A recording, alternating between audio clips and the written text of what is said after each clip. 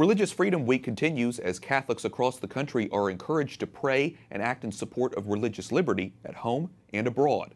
Each day of the week has a specific prayer request. Today, the U.S. bishops who are sponsoring the week encourage the faithful to pray for Christians in the Middle East. Joining me now is Archbishop Joseph Kurtz of Louisville. He's also the chairman of the U.S. Conference of Catholic Bishops Committee for Religious Liberty. Archbishop Kurtz, welcome back to the program. Wyatt, thank you. Thank you for having me on.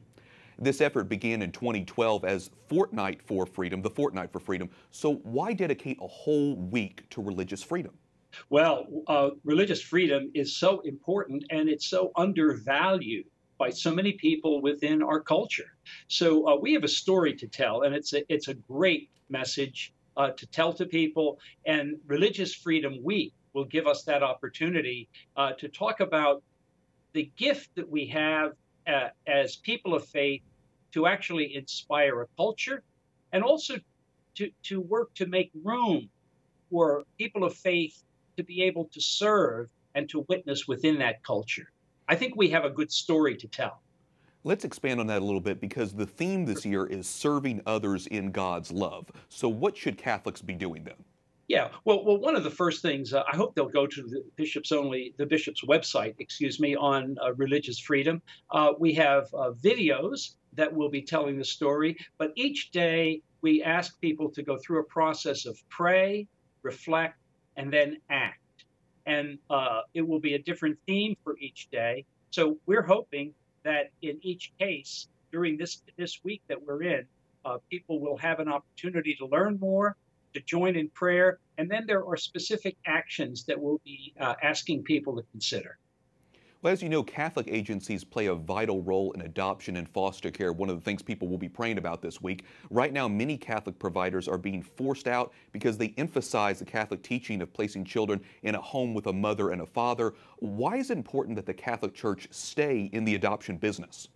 Wow. Well, Wyatt, I'm so glad you asked that question. First of all, let me mention that the need is so great. Not only are there thousands and thousands, I think the estimate I saw was 200,000 young people who are in need of foster care, but also with the sad event of the opioid crisis increasing, in many cases, it's splitting up families, and children, as we say, need to be seen first. So our thought is, let's concentrate on the child first.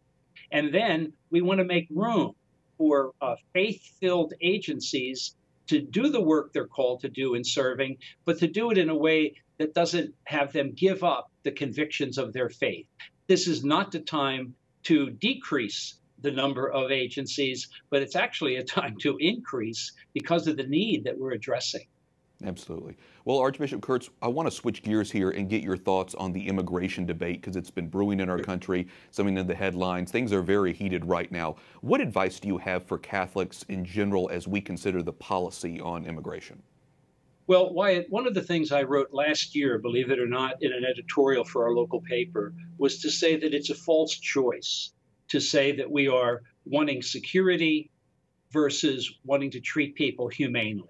So in all cases, we know that there's a pathway for us always to treat people with dignity and humanely, but also in a way that does address issues of security. So I ask people, first of all, to be compassionate, especially in this era in which there's the effort sometimes to break up families.